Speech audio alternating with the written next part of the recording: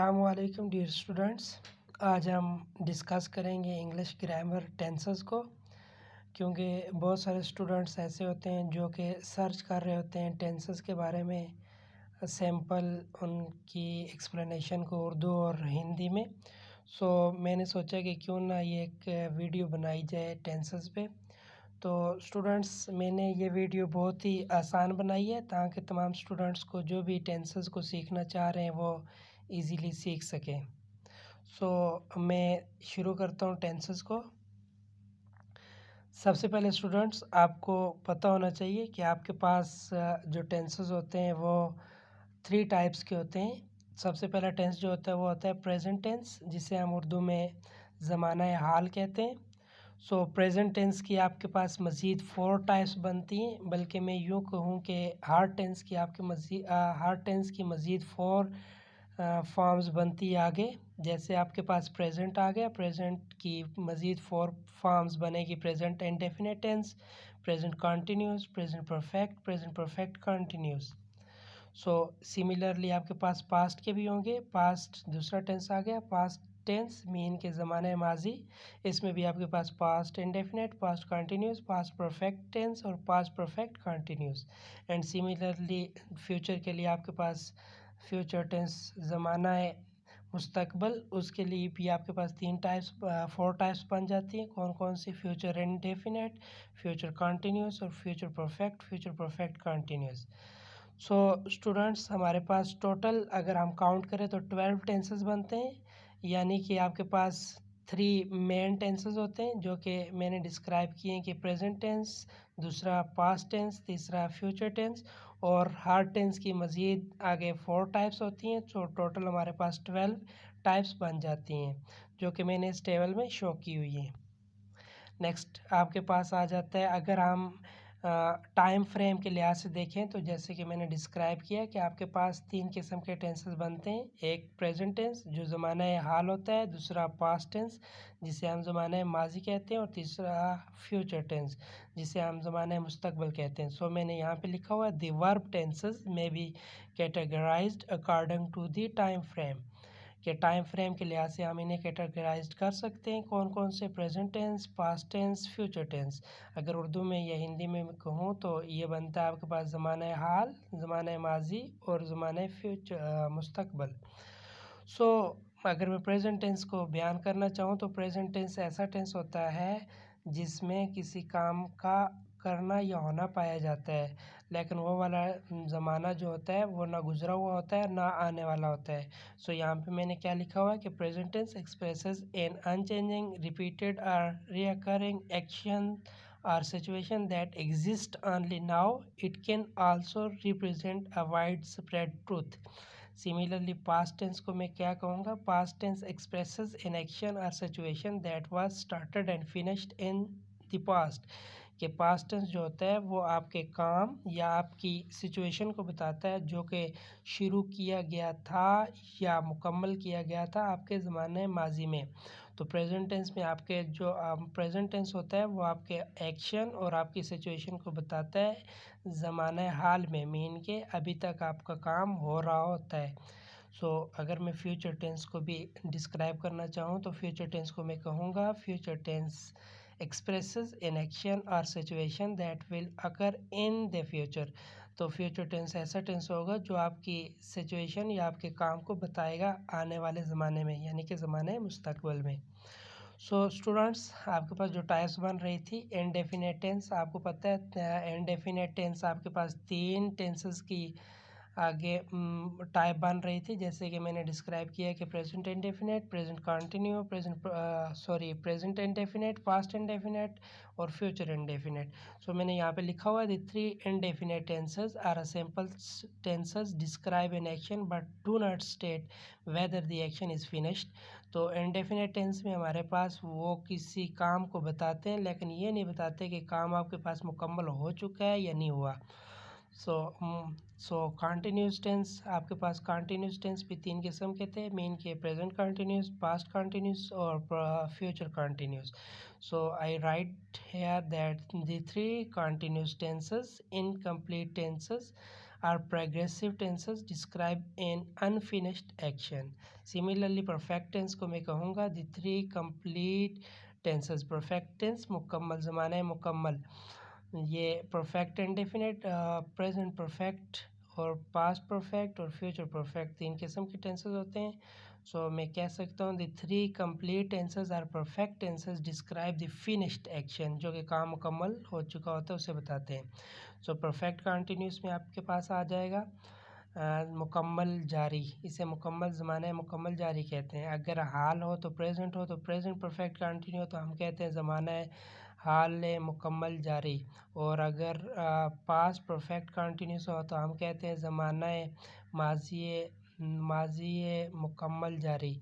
इसी तरह हम फ्यूचर परफेक्ट कंटिन्यूस को कहते हैं जी ज़माना मुस्तकबल मुकम्मल जारी. टू, ये क्या डेफिनेशन है इसकी? To combine the complete tenses and the incomplete tenses. Complete tenses और इनकम्प्लीट टेंसेस को ये कंबाइन करता है to describe an action which was in progress and then finished, जो काम हो रहा था और ख़त्म हो गया. तो इस किस्म के टेंस को हम जो बयान करते हैं वो परफेक्ट कंटिन्यूस टेंस में हम बताते हैं. तो स्टूडेंट्स चलते हैं, हमारे पास सबसे पहले फर्स्ट टाइप जो आ जाती है वो होता है प्रेजेंट इंडेफिनिट टेंस. क्योंकि वीडियो ज़्यादा लंबी हो रही है इसलिए मैं इसे शॉर्ट करता हूँ, और मज़ीद जो वीडियोस में बनाऊँगा तो वो वीडियोस शॉर्ट बनाऊँगा ताकि इजीली तमाम स्टूडेंट्स वीडियो को वॉच कर सकें. तो सबसे पहले टेंस आ जाता है present indefinite tense. The simple present is used to describe an action, an event और a condition that is occurring in the present at the moment of speaking or writing. So present indefinite tense को अगर मैं कहूँ तो अगर मैं इसके short जो हम डिस्क्राइब करते हैं कि उर्दू में वो होता है कि किसी भी जुमले के आखिर पे अगर आखिर में आ जाए ता है, ती है, ते हैं, ताहू वगैरह आ जाए तो वो प्रेजेंट इंडेफिनिट टेंस होता है. यानी कि ज़माना हाल मुतलक, हम इसे कहते हैं ज़माना हाल मुतलक. तो इसकी अगर मैं एग्जांपल देना चाहूँ तो उर्दू में बनेगा मैं खेलता हूँ और वो दौड़ती है ETC. जैसे मैंने यहाँ पे दो एग्जांपल्स दी हुई कि आई प्ले मैं खेलता हूँ, ही आर शी प्लेज वो या वो लड़की खेलती है, वो लड़का या वो लड़की खेलती है. मैं खेलता हूँ, वो या वो लड़की वो लड़का या वो लड़की खेलती या खेलता है. ठीक हो गया. तो आपके पास ये प्रेजेंट इंडेफिनिट टेंस आ जाता है, प्रेजेंट इंडेफिनिट टेंस की एग्जांपल्स आ गई. अब यहाँ पे देखें आई प्ले आया है और ये और शी के साथ हमने प्लेज लगा दिया है. तो ये एस या ES का इजाफा जब भी आपके पास स्टूडेंट्स आप यूज़ करेंगे सब्जेक्ट की जगह किसी थर्ड पर्सन सिंगुलर को या किसी नाउन को मीन के, या अगर जब आप प्रेजेंट इंडेफिनिट टेंस में आप किसी शख्स का नाम यूज़ कर रहे हैं या किसी नाउन को यूज़ कर रहे हैं या थर्ड पर्सन सिंगुलर जो कि आपके पास ही शी इट होता है, अगर वो यूज़ कर रहे हैं तो आपके पास जो वर्ब की फॉर्म होती है उसके साथ एस या ES का इजाफा हो जाता है. ये मैंने अगली स्लाइड में ये बताया हुआ है. तो प्रेजेंट कंटिन्यूस टेंस हम नेक्स्ट टाइम में पढ़ेंगे क्योंकि हमारे पास वीडियो जो होगी वो लंबी होगी है.